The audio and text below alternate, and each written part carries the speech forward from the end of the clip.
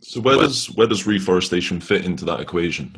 Well, I think, the way I look at restoration is that there are a whole variety of methods for doing restoration. Tree planting is one of them. Enrichment planting, where it might be a degraded forest or a recovering forest, but you want to get certain species back into it. So enrichment planting is taking those valuable species and planting them at a spacing in a recovering natural forest, which might be quite young, but you're making sure that those species are back in it. So that's enrichment planting. Traditional tree planting has its value from a couple of different perspectives. First, local people, if we don't do things the local people value, they're not going to protect whatever we've restored or we've replanted for a long period of time. So we need to go and look at tree planting as a way of meeting both ecological values, but also socioeconomic values. So a lot of the projects, and you guys, One Tree Planet is involved in these, and are projects which basically incorporate a component of creating economic value and at the same time creating ecological value. And so the part that tree planting plays in that is critical, depending on the degree of disturbance or what we call environmental damage to a site. Some sites, if you just leave them alone, almost like put a fence around them and protect them, they'll come back. You don't have to do much of anything and they'll come back. Other places, they've been damaged so hard, like areas that have been grazed or ranched, or there's been rice production, things like that, which can be highly toxic to the soils and the environment. You may have to plant something in order for that to be restored, for that to come back into forest. And what you do today may be different from what you do 10, 15, 20 years down the line. So your techniques may evolve as time goes by. Just like that case in Guanacaste, it starts with planting an exotic species that creates that overstory, and then you get native species coming in. Or maybe it's right from the beginning, you're just planting native species because we know enough about them that we know that they're going to be successful.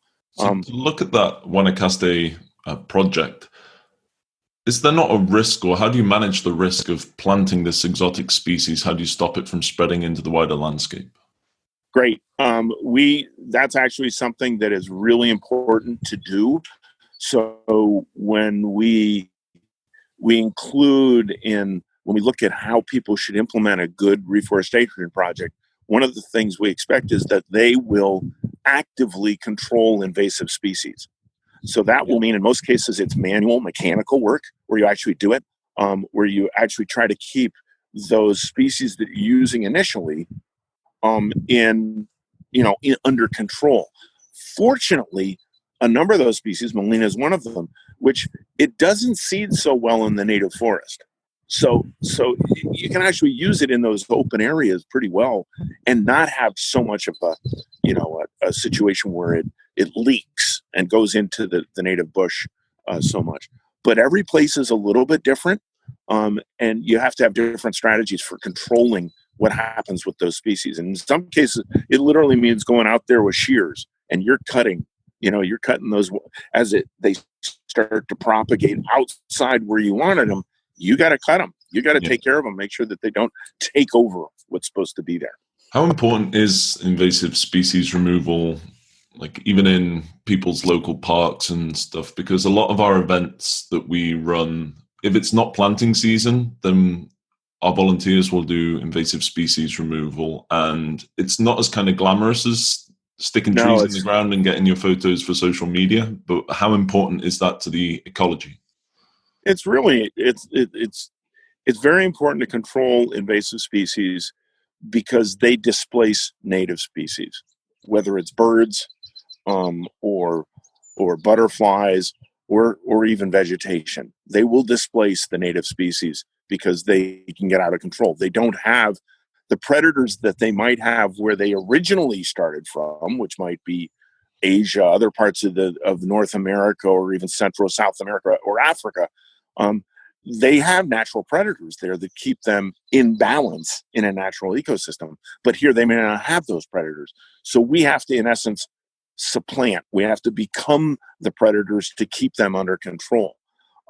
What I think there's evolving science around natives or invasive species, where people are saying, well, let's understand the nature of the invasion, how the species works, before we just attack them all.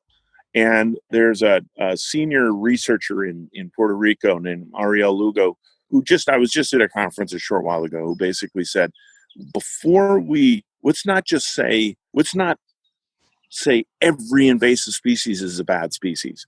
Let's make sure we understand the natural history of that species, and then use our resources on the ones that are really invasive, because there may be exotic species that are growing that aren't invasive, and we shouldn't waste our resources on them. So I would distinguish between exotic species and invasive species, and the invasives are the ones that we need to attack.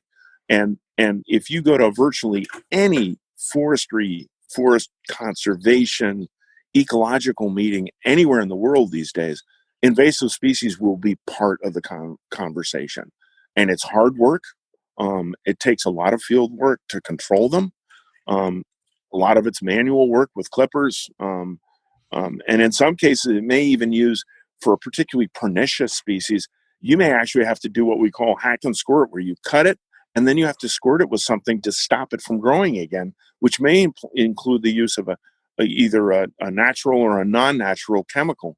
I'm not a fan of those in general, but where you got to do it, realize what you're doing is you're trying to let the native forest, the native bush, come back. And in order to do that, you might have to take some fairly drastic measures to control them.